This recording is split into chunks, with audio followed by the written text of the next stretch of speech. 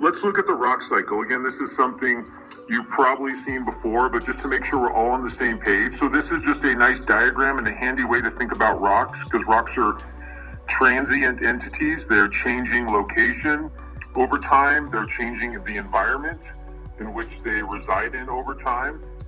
So if we start with something like magma, and it crystallizes, either crystallizes underground, below the Earth's surface. That's what we call an intrusive igneous rock. So this is magma cooling and crystallizing slowly under the Earth's surface. This might be something like granite.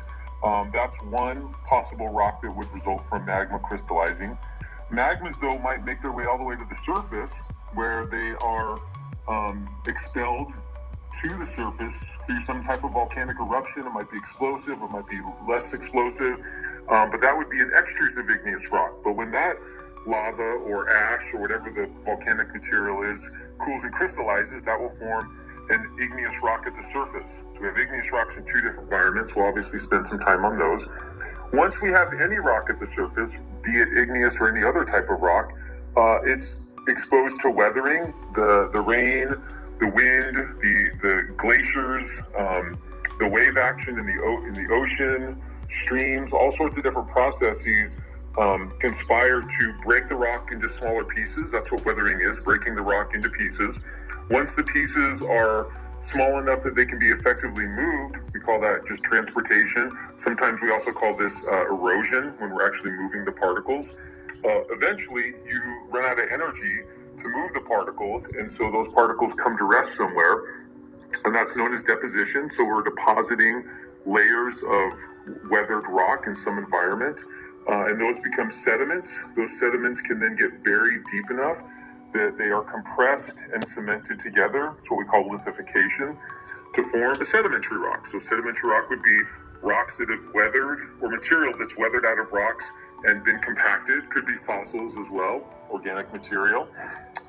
Any rock can be, if it's buried deep enough, the temperatures and pressures will be high enough that we'll have a change in the rock, a solid state change, and that's what we call metamorphism. Heat and pressure have changed the rocks into some new type of rock that we call metamorphic rocks. If we keep heating the rocks up beyond this metamorphic realm here, we may eventually start melting the rocks again, and then we're back to magma. So realize, yes, it's one nice big circle, but also realize and notice that there's lots of little shortcuts. Metamorphic rocks might be pushed up by mountain building events. They might be uplifted, exposed. They become weathered, then they can turn back into sedimentary rocks.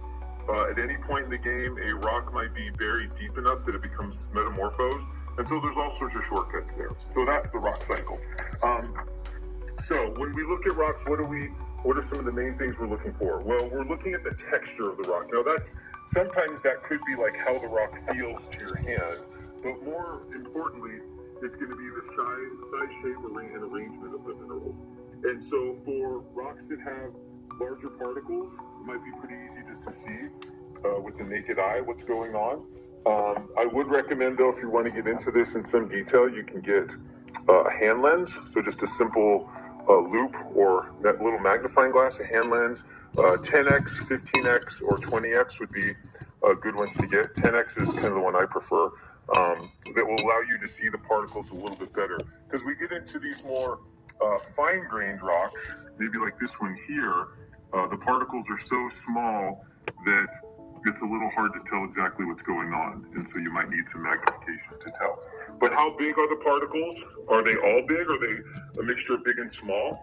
We can see this rock here has a mixture of large and small particles, as does this rock over here. You can kind of see it with relation to my hand.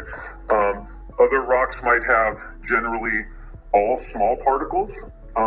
We want to look at the shape of those particles.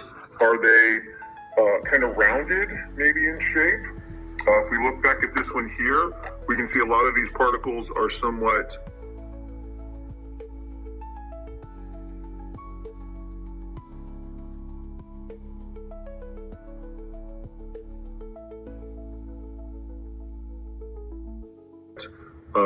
angular in shape. So there's a different shape of the minerals that make up that rock there. And then we want to look also at how the minerals are arranged.